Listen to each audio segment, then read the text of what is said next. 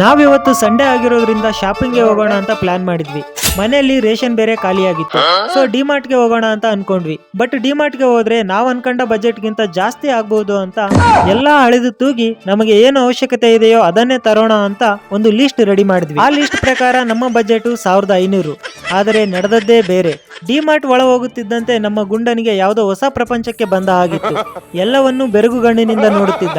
ಆದರೆ ನನ್ನ ಹೆಂಡತಿ ಮಾತ್ರ ಸಿಕ್ಕದ್ದನ್ನೆಲ್ಲ ಟ್ರಾಲಿ ಒಳಗೆ ತುಂಬುವ ತವಕದಲ್ಲಿದ್ದಳು. ಎಚ್ಚರಗೊಂಡ ನಾನು ರೆಡಿ ಮಾಡಿದ ಲಿಸ್ಟ್ ತೆಗಿ ಎಂದೆ. ಆದರೆ ಅದರಲ್ಲಿ ಇದ್ದದ್ದೇ ಬೇರೆ, ಅವಳ ದೃಷ್ಟಿನೇ ಬೇರೆ ಆಗಿತ್ತು. ಹೆಣ್ಣು ಮಕ್ಕಳನ್ನ ಶಾಪಿಂಗ್ಗೆ ಕರೆದೊಯ್ದರೆ ಇನ್ನು ನಮ್ಮ ಪಾಡು ಹೇಳತೀರದು. ಬೇಜಾರಲ್ಲಿದ್ದ ನಮ್ಮ ಗುಂಡ ಬೊಂಬೆಗಳನ್ನು ನೋಡುತ್ತಿದ್ದ ಹಾಗೆ ಸಡನ್ ಆಗಿ ಆಕ್ಟಿವ್ ಮೋಡ್ಗೆ ಬಂದ. ಅವನ ಖುಷಿಗಾದ್ರೂ ಒಂದು ಗೊಂಬೆ ಕೊಡಿಸೋಣ ಅಂತ ಅನಿಸಿತ್ತು. ಆದರೆ ರೇಟ್ ನೋಡಿ ಇಬ್ರು ಮಂಕಾದ್ವಿ. ಅವರಮ್ಮ ಮಾತ್ರ ಇನ್ನೂ ಶಾಪಿಂಗ್ ಮೂಡಲ್ಲೇ ಇದ್ಲು. ಆ ಗ್ಯಾಪಲ್ಲಿ ನಮ್ಮ ಗುಂಡ ಹೊಸ ಹುಡುಗಿಯೊಂದಿಗೆ ಫ್ರೆಂಡ್ಶಿಪ್ ಮಾಡಿಕೊಳ್ಳುತ್ತಿದ್ದ. ಇನ್ನು ಕೊನೆಯದಾಗಿ ನಮ್ಮ ಗುಂಡನಿಗೆ 2 ಜೊತೆ ಬಟ್ಟೆ ತಗೊಂಡು ವಾಪಸ್ ಬರುವಾಗ ಚಿಕ್ಕ ಚಿಕ್ಕ ಪ್ಲೇಟ್ಗಳು ನನ್ನ ಹೆಂಡತಿನ ಕೈ ಬೀಸಿ ಕರೆದಿದ್ವು. ಅವು ನಮ್ಮ ಲೀಸ್ಟಲ್ಲಿ ಇರಲಿಲ್ಲ.